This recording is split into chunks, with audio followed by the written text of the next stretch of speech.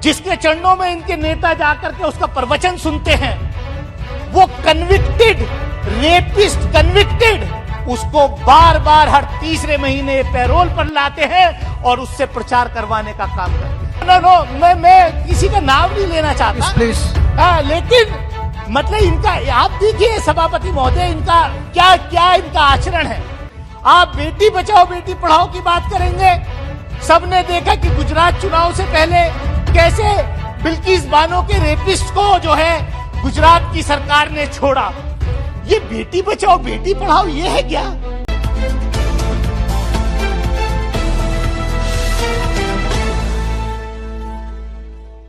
दो 2013 में सरकार आई सबका साथ सबका विकास के नाम से।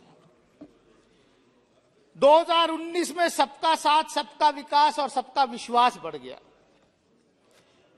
सभापति महोदय, मैं जो यहां पर पॉइंट वाइज माननीय राष्ट्रपति जी का अभिभाषण है उसी पर अपने आप को केंद्रित रखना चाहूंगा। मैं सभापति महोदय देखिए, मैं अभी बोलना स्टार्ट भी नहीं किया, पहले से डिस्टर्ब करना शुरू कर देते हैं ये। सभापति महोदय, मैं इतना ही कहना चाहूंगा कि रोजगार की बात हुई थी 2014 में, 2 करोड़ रोजगार आप हर साल देंगे, लेकिन हालत क्या है कि 8.3% अनएम्प्लॉयमेंट रेट है। आज ऑक्सफैम की रिपोर्ट आई, क्या हालत है कि 1% देशवासियों के पास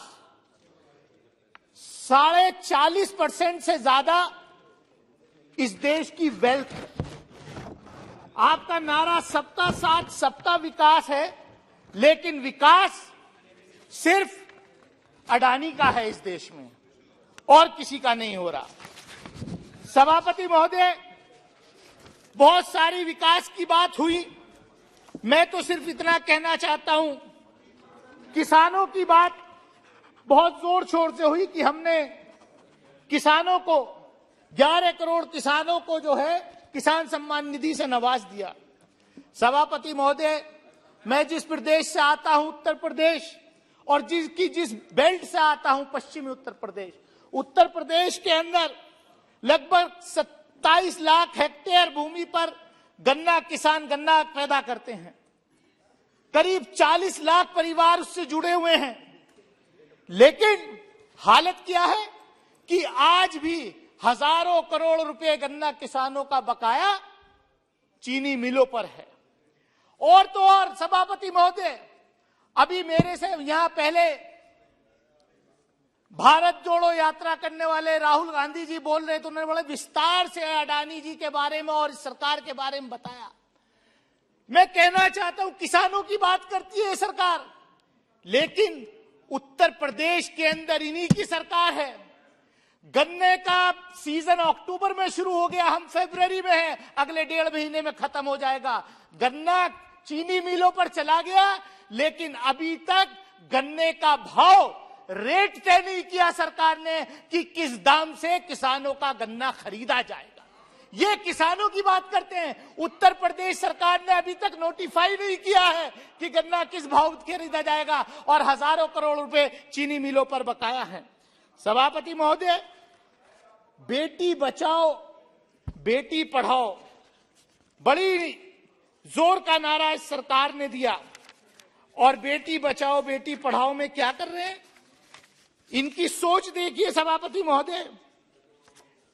हरियाणा से ये नारा शुरू हुआ था, मुझे अगर याद होगा, और वहां का एक तथाकथित गुरु जिसके चरणों में इनके नेता जाकर के उसका प्रवचन सुनते हैं, वो कन्विक्टेड रेपिस्ट उसको बार बार हर तीसरे महीने पैरोल पर लाते हैं और उससे प्रचार करवाने का काम करते हैं। नो, मैं किसी का नाम नहीं लेना चाहता प्लीज, लेकिन मतलब इनका आप देखिए सभापति महोदय, इनका क्या क्या इनका आचरण है। आप बेटी बचाओ बेटी पढ़ाओ की बात करेंगे, सबने देखा कि गुजरात चुनाव से पहले कैसे बिल्किस बानो के रेपिस्ट को जो है गुजरात की सरकार ने छोड़ा। ये बेटी बचाओ बेटी पढ़ाओ ये है क्या? आप करना क्या चाहते हैं? और सभापति महोदय, हम जिस तरीके का आचरण, जिस तरीके का इन्होंने पिछले 9 साल का लेखा जोखा यहां हमें दिया। सर, आप कह रहे हैं कि माननीय प्रधानमंत्री जब 2014 में आए थे तो कह रहे थे कि मैं देखना चाहता हूं, खासतौर से मुस्लिम कम्युनिटी को एड्रेस करते हुए कहा, एक हाथ में कुरान होना चाहिए और दूसरे हाथ में कंप्यूटर होना चाहिए। लेकिन कर क्या रहे हैं आप कि जो बेटियां स्कूल में पढ़ने जाती हैं, मदरसे में पढ़ने जाती हैं, उनकी स्कॉलरशिप भी, प्री मैट्रिक स्कॉलरशिप आपने खत्म कर दी।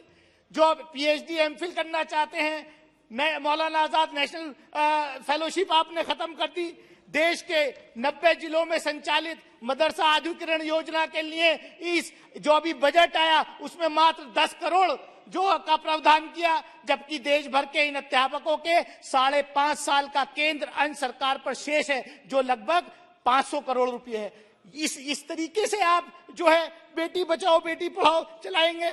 सभापति महोदय, बहुत जोर से कहा गया कि हर जिले में मेडिकल कॉलेज बना दिया गया या बन रहा है। मैं जिस जिले से आता हूं अमरोहा के अंदर, सभापति महोदय, मेडिकल कॉलेज तो दूर, जो सरकारी अस्पताल है बिल्डिंग बनी हुई है, लेकिन एक डॉक्टर नहीं है वहां पर, एक नर्स नहीं है। ये व्यवस्था है सरकारी। हेल्थ मिनिस्टर साहब यहां बैठे हैं, मैं चाहूंगा वो संज्ञान लें कि अमरोहा के अंदर जो जिला अस्पताल है, अमरोहा जिले में अस्पताल है, बछराइयों में 50 बेडेड हॉस्पिटल है, बिल्डिंग है, लेकिन एक डॉक्टर की नियुक्ति नहीं है। डॉक्टर की नियुक्ति करेंगे नहीं आप, पैरामेडिकल्स की नियुक्ति करेंगे या नहीं आप? और तो और छोड़िए सभापति महोदय, यहीं दिल्ली के अंदर जामिया मिलिया इस्लामिया यूनिवर्सिटी है। जामिया मिलिया इस्लामिया यूनिवर्सिटी पिछले दशक से ये मांग कर रही है कि वहां पर मेडिकल कॉलेज आप खोल दीजिए। इतनी बड़ी आबादी है, पश्चिम उत्तर प्रदेश का नोएडा, ओखला, इधर, और वहां पर अब तो हम हाथ जोड़ के इनसे ये भी कह दिया कि साहब आप हॉस्पिटल छोड़िए 100 बेडेड, केवल फैकल्टी खोल दे दीजिए, हॉस्पिटल वहां प्राइवेट हॉस्पिटल से अटैच हो जाएंगे। सभापति महोदय, मैं ये कहना चाहता हूं कि जिस तरीके से पिछले दिनों में लगातार इस देश के लॉ मिनिस्टर जुडिशरी पर अटैक कर रहे हैं, डेली का काम आप अखबार उठाकर देखिए, सुबह को मैं पढ़ता हूं तो केंद्रीय कानून मंत्री रोज जो है जुडिशरी को, सुप्रीम कोर्ट को धमकाते हुए नजर आते हैं। ये किस तरफ आप देश ले जाना चाहते हैं? हर चीज आपके हिसाब से चलेगी क्या देश में? ये क्या है? कोई सभापति महोदय, इस देश में हो क्या रहा है? हमने मध्य प्रदेश की घटना देखी, हमने उत्तर प्रदेश में घटनाएं देखी, हमने आसाम में घटनाएं देख रहे। क्या हो रहा है? बुलडोजर लेकर के अगर किसी ने कोई क्राइम किया है, यू आर नॉट द जज, crime should be reported, FIR should be launched, investigation should take place, trial must take place, then if somebody is guilty he must be punished. यहां क्या हो रहा है कि अगर आपकी सरकार है, अगर कहीं कोई क्राइम हुआ है, सही है या गलत है, क्राइम है भी या नहीं, आप बुलडोजर लेकर के पहुंच जाओगे। ये क्या है? क्या इसलिए इस देश को हमारे पुरखों ने आजाद कराया था? क्या इसलिए मौलाना आजाद ने जो है जामा मस्जिद की सीढ़ियों पर खड़े होकर के तकरीर की थी कि आप कहां जा रहे हो? जब देश का बंटवारा हो रहा था, इस देश के अंदर 20 करोड़ से ज्यादा अकलियत के लोग हैं और खासतौर से मुस्लिम माइनॉरिटीज हैं, आप कैसे ट्रीटमेंट करना चाहते हो? yes. मैं सभापति महोदय, मैं अपनी बात खत्म करूंगा। सभापति महोदय, आपने देखा पिछले दिनों किस तरीके का ट्रेंड इस देश में चल रहा है। आप अपनी पार्टी में आपका सपना, आप कहते हैं कि कांग्रेस मुक्त भारत, कांग्रेस ने गलतियां की थी इसलिए जनता ने हरा दिया। कांग्रेस अगर अच्छा करेगी, अब उनके नेता निकले भारत जोड़ो करने में, जनता हो सकता है फिर आशीर्वाद देते, मैं उसमें नहीं पढ़ना चाहता। लेकिन आपका असली सपना कांग्रेस मुक्त भारत नहीं, आपका असली सपना विपक्ष मुक्त भारत, विपक्ष मुक्त भारत और मुस्लिम मुक्त विधायिका।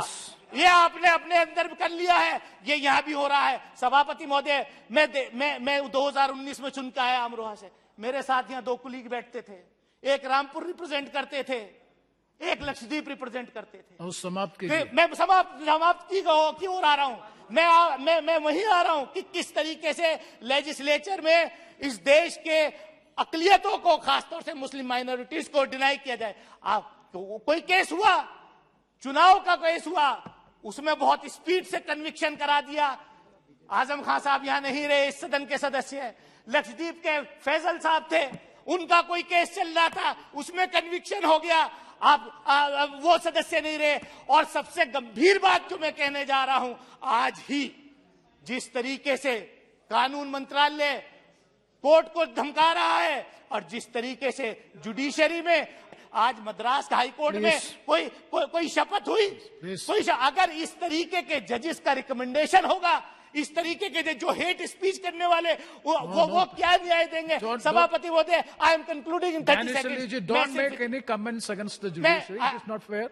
That will be looked into. I am not taking. Cannot be. I am not taking any name. I am just saying कि अगर इस तरीके के लोग होंगे तो क्या न्याय की उम्मीद करेंगे? और मैं आपके माध्यम से सिर्फ इतना कहना चाहता हूं, हम दिल्ली के अंदर खड़े हैं, बोल रहे हैं, यहां पर देश की राजधानी में ये संसद भवन है और यहां से 2 किलोमीटर दूर रोज हेट स्पीचेस होती हैं। रोज जो है इस देश में के अकलियतों को काट दो, इस देश के उनको मार दो, ये हो क्या रहा है? अभी 2 दिन पहले एक तथाकथित साधु ने, मैं साधु नहीं कहूंगा क्योंकि साधु जो होता है वो तो बहुत ही दयालु होता है, साधु नहीं कहूंगा, तथाकथित साधु, सो कॉल्ड साधु जो है वो सरेआम कह रहा है कि मैं 83 साल का हूं, मैंने 80 मर्डर किए हैं। लेकिन आपने, दिल्ली पुलिस ने आज तक कोई अरेस्टिंग नहीं की, उल्टा जो मीडिया उसको दिखाने की कोशिश कर रहा है उसको नोटिस भेज दिया आपने। आप करना क्या चाहते हैं?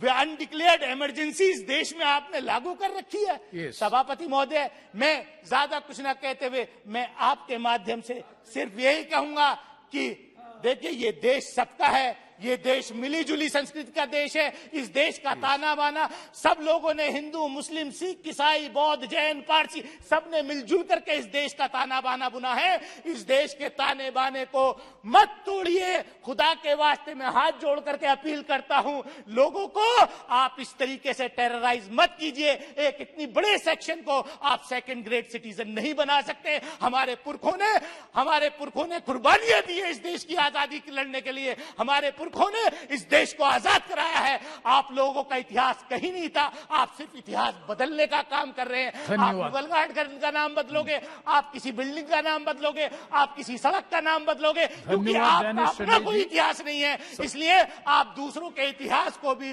बर्दाश्त नहीं करना चाहते। मैं इन्हीं शब्दों के साथ एक बार फिर महामहिम राष्ट्रपति जी का मैं धन्यवाद अदा करता हूं कि उन्होंने हमको संबोधित किया। बहुत बहुत शुक्रिया सभापति महोदय।